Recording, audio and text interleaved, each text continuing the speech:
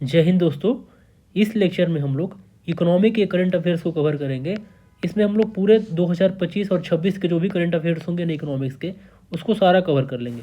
इसको हम लोग कवर कहाँ से करेंगे? विजन आईएएस का जो मैगजीन आता है उस मंथली वाला, उसी से हम लोग सारा, हमारा सोर्स वही रहने वाला है। और हम लोग क्या करेंगे ना, इसको 3-3 महीने का ग्रुप बना देंगे। जैसे सितंबर, अक्टूबर, नवंबर, इसका एक वीडियो हो जाएगा। ऐसे ही 3 महीने का एक और वीडियो हो जाएगा। ऐसे यानी 4 वीडियो बनेंगे, 30 मिनट्स के होंगे। तो चारों वीडियो में आप लोग का क्या हो जाएगा, पूरा इकोनॉमिक साल भर का कवर हो जाएगा। तो इससे क्या होगा कि इकोनॉमी आपका यहाँ से ही क्लियर हो जाएगा।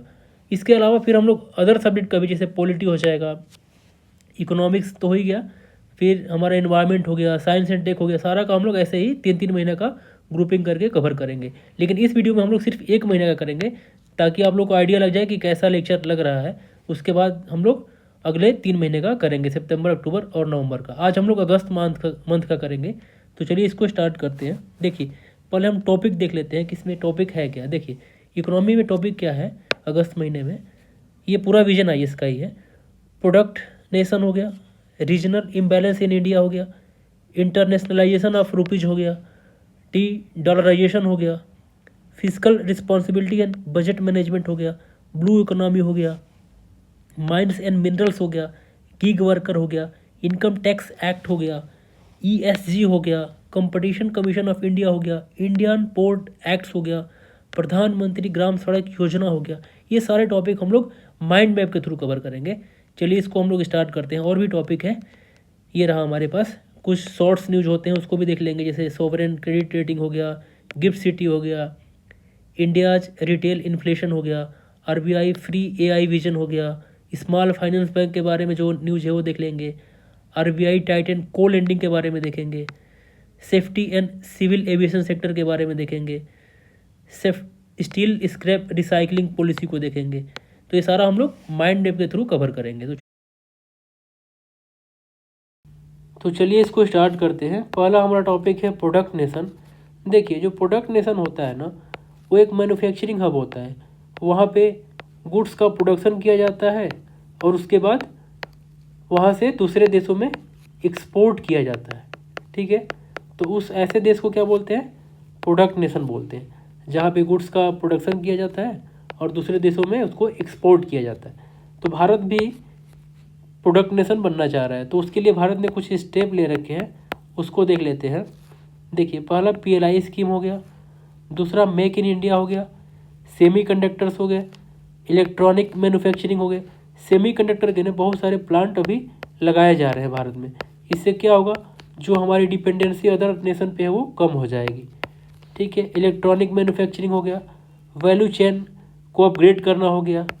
ये सारे स्टेप प्रोडक्ट नेशन बनने के लिए हमने लिया है। अब देखिए, रीजनल इम्बैलेंस को देख लेते हैं। दूसरा हमारा ये टॉपिक है। इसके कॉजेज क्या है? एक तो रिसोर्स डिस्पेरिटी है, कॉलोनियल इकोनॉमिक पैटर्न है, लो इंफ्रास्ट्रक्चर है, गवर्नेंस वेरिएशन है। ये हमारे इसके कॉजेज हो जाएंगे, रीजनल इम्बैलेंसेस के। इसके टाइप क्या है? नॉर्थ साउथ में जो डिफरेंस है, ईस्ट वेस्ट में भी डिफरेंस है, रूरल और अर्बन में भी इम्बैलेंस को देखा जा सकता है। तो ये इसके टाइप्स हो जाएंगे। इसके लिए सॉल्यूशन क्या है? Aspirational district programme, targeted transfers, infrastructure expansion, ये सब क्या है, इसके सॉल्यूशंस हो जाएंगे। Internationalisation of rupees. देखिए, हम रुपीज़ को डॉलर की तरह बनाना चाह रहे हैं, तो इसके लिए हमें कुछ स्टेप लेना पड़ेगा। तो भारत ने क्या स्टेप ले रखा है उसको देख लेते हैं। जो भी ट्रेड सेटलमेंट है ना, उसको रुपीज़ में करने का प्रयास करना। फिर वोस्ट्रो अकाउंट्स खोला है, यानी कि जो फॉरेन बैंक है ना, उनका अपने डोमेस्टिक बैंक में अकाउंट खोलना लोकल करेंसी में। ठीक है, इसी को क्या बोलते हैं? Vostro account. ऐसे ही एक होता है नोस्ट्रो अकाउंट। उसमें क्या होता है ना, जो हमारा डोमेस्टिक बैंक है उसका अकाउंट होगा कहाँ पे? फॉरेन बैंक में, वहाँ के करेंसी में। ठीक है, उसको क्या बोलते हैं? Nostro account. इसको क्या बोलते हैं? वोस्ट्रो। यहाँ पे फॉरेन बैंक का हमारे जो बैंक है ना, उसमें अकाउंट रहेगा लोकल करेंसी में। ये आपको माइंड में रखना है। ऐसे ही मसाला बॉन्ड क्या है? हमारा जो कंपनियां है ना, वो बाहर में जाके आउटसाइड भारत के बाहर जो बॉन्ड इशू करती है उसको क्या बोलते हैं, मसाला बॉन्ड्स बोलते हैं। वो क्या होता है, रुपीज़ डिनोमिनेटेड होता है, ठीक है। इसके क्या फ़ायदा होंगे, इससे फॉरेक्स स्टेबिलिटी आएगी, लोअर यूएसडी डिपेंडेंस, यानी जो डॉलर पे डिपेंडेंस है ना वो लोअर हो जाएगा, ट्रेड ऑटोनॉमी हो जाएगा, ठीक है, इसके बेनिफिट हो जाएंगे। अब देखिए उसी से संबंधित एक और न्यूज़ है, डी डॉलराइजेशन, यानी डॉलर का महत्व को कम करना, यानी जो यूएसडी डोमिनेंस है ना उसको कम करना, लोकल करेंसी ट्रेड में, ट्रेड जो है ना लोकल करेंसी में करना। तो इसके लिए क्या किया भारत ने और ब्रिक्स ने मिलके करेंसी कोऑपरेशन किया है, यानी जो भी देश है ना ब्रिक्स के वो आपस में एक दूसरे के करेंसी में ट्रेड करेंगे, ठीक है। अब FRBM एक्ट को देख लेते हैं। देखिए इसमें कुछ टारगेट हैं उसको देखते हैं।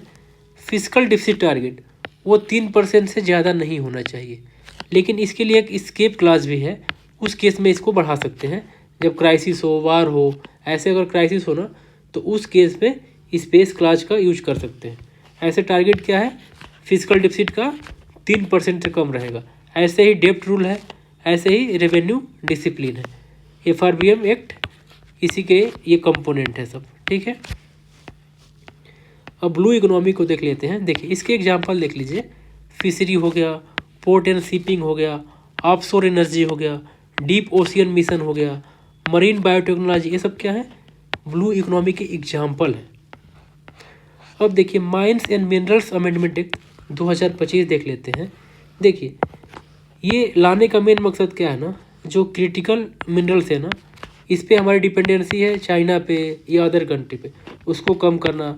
फिर जो एक्सप्लोरेशन होता था ना पहले गवर्नमेंट ही करती थी, अब क्या करेगी, अब इसमें प्राइवेट कंपनियां भी पार्टिसिपेट कर पाएगी। ऑक्शन में ट्रांसपेरेंसी लाना, सस्टेनेबल माइनिंग करना, ये सब इसके एक्ट के लाने के मेन पर्पज़ है। गिग वर्कर्स को देख लेते हैं। देखिए ये प्लेटफॉर्म वर्कर होते हैं, इनको कोई सोशल सिक्योरिटी नहीं मिलती है, इरेगुलर इनकम होता है इनका, लेकिन भारत सरकार ने ई श्रम पोर्टल पे इनका एक डेटाबेस तैयार करने की प्लानिंग किया है, यानी डेटाबेस वहाँ पे तैयार करेगी ई श्रम पोर्टल पे, किसका, गिग वर्कर्स का, और जो भी अनऑथराइज वर्कर होंगे उसका डेटाबेस कहाँ तैयार होगा, ई श्रम पोर्टल पे। सोशल सिक्योरिटी कोड में जैसे यहाँ पे इनको कोई भी सोशल सिक्योरिटी नहीं मिल रही है, तो सोशल सिक्योरिटी कोड में ना इनको जो सोशल सिक्योरिटी है उसको प्रोवाइड किया जाएगा। अब देखिए इनकम टैक्स एक्ट 2025 को देख लेते हैं।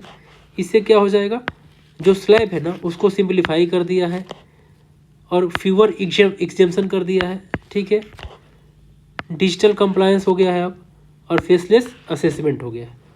ये इनकम टैक्स एक्ट का यही फ़ायदा हो गया।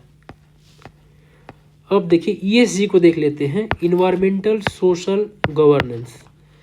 देखिए ये एक फ्रेमवर्क है, ठीक है, फ्रेमवर्क है क्या करने के लिए, कंपनी के sustainability, social responsibility, governance ethics को इवेलुएट करने के लिए एक फ्रेमवर्क है जो कंपनी के सस्टेनेबिलिटी, सोशल रिस्पॉन्सिबिलिटी और गवर्नेंस एथिक्स को इवेलुएट करेगी, ठीक है।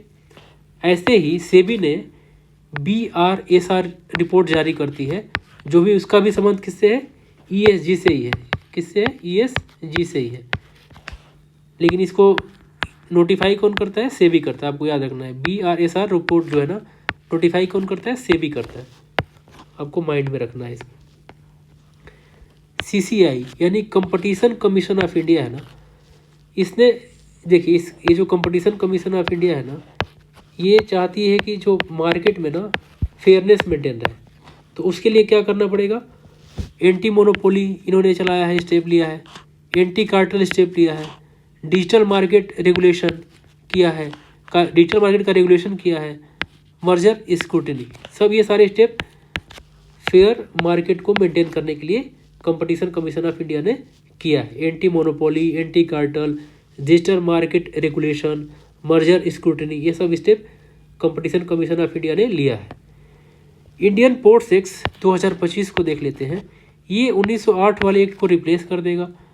अब देखिए इससे क्या फ़ायदा होगा, पोर्ट को मॉडर्नाइज किया जाएगा, डिजिटल सिस्टम को अपग्रेड किया जाएगा और सेफ्टी स्टैंडर्ड को इंश्योर किया जाएगा। अब ऐसे ही सागरमाला को देख लेते हैं। इसके 10 साल कंप्लीट हो गए हैं। देखिए इससे क्या हुआ था ना, सागरमाला के आने से क्या हुआ, पोर्ट लेड ग्रोथ हुआ था, हो गया है, कोस्टल जोन बनाया गया है और लॉजिस्टिक कास्ट क्या हो गया, डिक्रीज हो गया है। सागरमाला का ये बेनिफिट हुआ है। अब प्रधानमंत्री ग्राम सड़क योजना को देख लेते हैं। इसका मकसद क्या है ना कि ऑल वेदर रोड्स बनाना, रूरल कनेक्टिविटी प्रोवाइड करना, मार्केट एक्सेस को इंश्योर करना। ठीक है, कुछ न्यूज इन शॉर्ट्स को देख लेते हैं। देखिए जो सॉवरेन रेटिंग है ना, फिर से इंडिया को इसमें लोअर रेटिंग दिया गया है। इससे क्या हो जाएगा, बारोइंग हो महंगा हो जाएगा और जो इन्वेस्टमेंट है वो कम हो जाएगा। ऐसे ही दूसरा न्यूज है इसमें, गिफ्ट लाइक सेंटर भारत में और बनाए जाएंगे। तो देखिए जो गिफ्ट सिटी है ना, वो क्या है, स्पेशल इकोनॉमिक जोन है, तो ऐसे जोन भारत में और बनाए जाएंगे। रिटेल इन्फ्लेशन क्या होता है, ये फूड ड्रिवेन होता है। ठीक है, आरबीआई फ्री एआई, ये एक एआई बेस्ड बैंकिंग सुपरविजन है। Small finance bank universal licence दिया गया है। इससे क्या हो गया, ये फुल बैंक हो गया। यानी हमारे पास एक एयू स्मॉल फाइनेंस बैंक था, उसको क्या बनाया गया है, फुल बैंक बना दिया गया है यूनिवर्सल लाइसेंस देख। को लेंडिंग नॉर्म्स को आरबीआई ने टाइटन कर दिया है। जो एविएशन सेफ्टी है ना, उसके लिए डीजीसीए ने नया गाइडलाइन इशू किया है। ऐसे ही स्टील स्क्रैप पॉलिसी जो है ना, उसमें क्या है, सर्कुलर स्टील को यूज करना है और इंपोर्ट्स को लोअर करना है। इससे क्या होगा, सर्कुलर इकोनॉमी का प्रमोशन होगा। ठीक है, तो ये हमारे